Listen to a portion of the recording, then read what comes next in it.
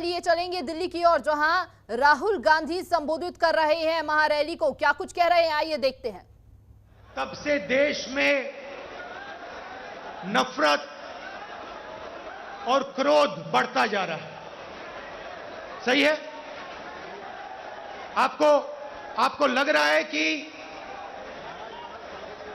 नफरत और क्रोध देश में बढ़ता ही जा रहा है। सही है ना?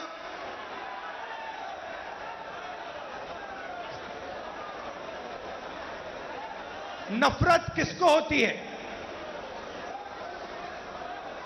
भाइयों और बहनों, नफरत डर का एक रूप है। जिसको डर होता है उसी के दिल में नफरत पैदा होती है। जो डरता नहीं है, जिसको डर नहीं होता है, उसके दिल में नफरत पैदा नहीं होती है। तो भाइयों और बहनों, जब हम कहते हैं हिंदुस्तान में नफरत बढ़ रही है, उसी बात को दूसरे तरीके से कहना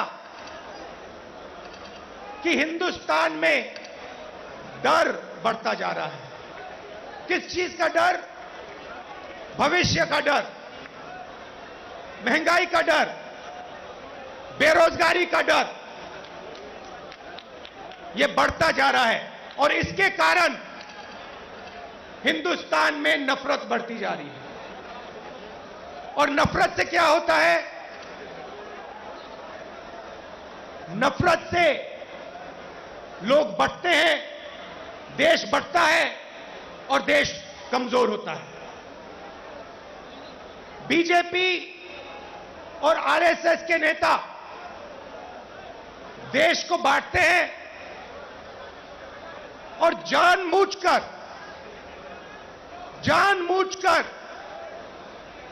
देश में भय पैदा करते हैं, लोगों को डराते हैं और नफरत पैदा करते हैं।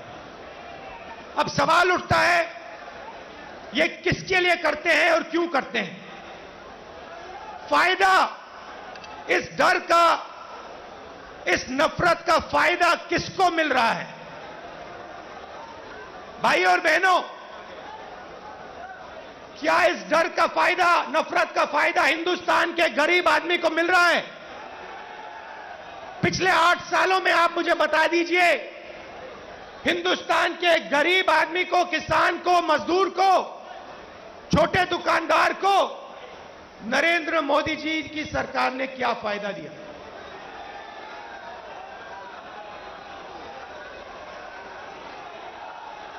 पूरा का पूरा फायदा, डर और नफरत का फायदा हिंदुस्तान के 2 उद्योगपति उठा रहे हैं। आप बाकी उद्योगपतियों से भी पूछ लो, वो भी आपको बताएंगे कि पिछले 8 साल में हमारा कोई फायदा नहीं हुआ, सिर्फ 2 व्यक्तियों का फायदा हुआ है। और देखने को मिल रहा है, चाहे एयरपोर्ट हो, चाहे पोर्ट हो, सड़कें हो, सब कुछ, सेलफोन, तेल, सब कुछ इन्हीं 2 व्यक्तियों के हाथ में जा रहा है। मीडिया देश को डराती है, नफरत पैदा होता है और फिर पूरा का पूरा फायदा बीजेपी 2 लोगों को दे रही है। अब देखिए, नरेंद्र मोदी जी ने नोटबंदी की। नोटबंदी से गरीबों का फायदा हुआ? गरीबों की जेब से पैसा निकाला, गरीबों को कहा